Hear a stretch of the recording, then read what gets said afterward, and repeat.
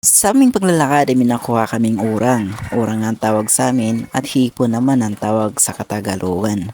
So what's up mga idol sa araw na to? Nandito na naman kami kung saan nanguha kami ng papaya. Hindi lang papaya kung saan kumuha na rin kami ng daing. Kasabay na rin ang pagkuha ng talong bagamat dito sa amin mga idol na makakaraming talong. Ngayong tag-ulan nga ay napakahirap manguha ng isda kaya nakadepende lang sa kung anong mayroon tayong gugulayin. Pangsamantala nga, magdedepende muna tayo sa kung anong gulay na meron tayo. Daunan nga mga boss ay hito na nga kinukuha na nga namin ang bunga ng papaya bagamat hinog na nga siya at kung hindi pa namin makukuha dito na panagurado masisira na to sa susunod na mga araw. Hindi nagtagal bagamat ang buho na to kung saan sa lang pinulot at ayun nga pala ay binahayan na ng mga langgam o kaya guyom kung tawagin sa amin nga dito sa Palawan na kung kuyonin nga ay guyom.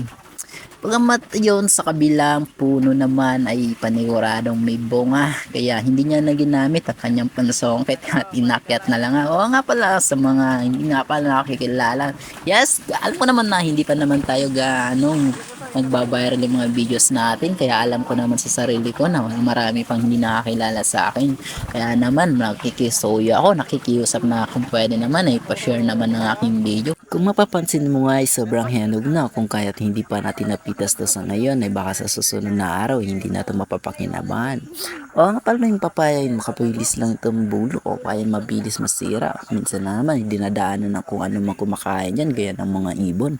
Sa kabilang banda mga idol, meron pa naman ditong puno na kung saan ay may dalawang hinog at patuloy pa rin sinusungkit ng ating kasama.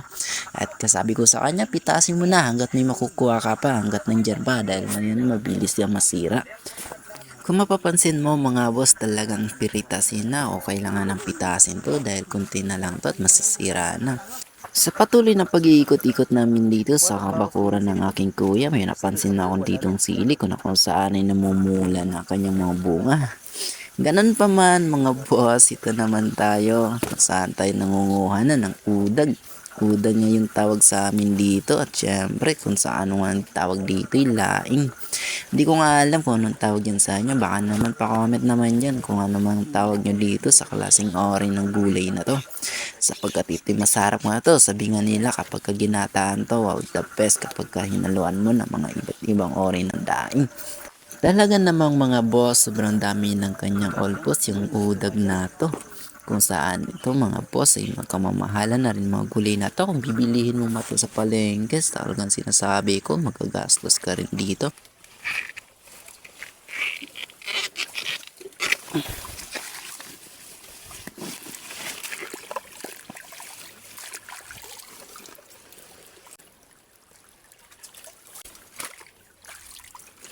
Dami ka ha?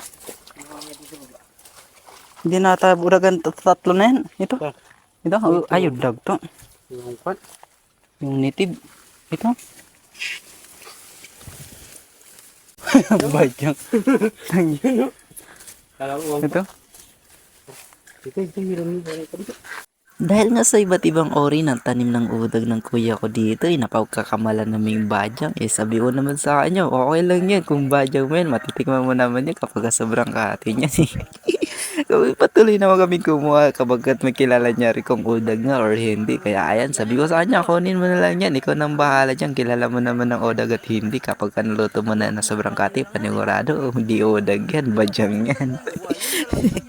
Ayun nga mga boss, sa pagtuloy na pagkukuha namin ng udag dito, talagang nakaipon ng maraming udag. Kumbaga na parang, aywan ko sa kanya, parang isang lingguhan na ata to. Pero sabi ko, okay lang naman yan. Bakas ikaw, makatanggi ka pa ba? Malakas ka sa amin, basta ikaw, anytime kapag kakailangan mo, kukuha ka lang ng mga gulay dito. Pasok ka lang sa area ko. Grabe naman to. Hindi naman sa ganun, pero totoo lang yan. Kapag gusto nyo kumuha, gusto nyo mag-ATM o magkano man lang. Hanggat meron ako, may bibigay ko, pasok lang kayo dito.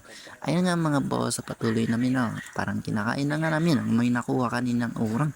Sobrang sarap lang to. Isang peraso lang to, pero may kalakihan. Dalawa na hindi.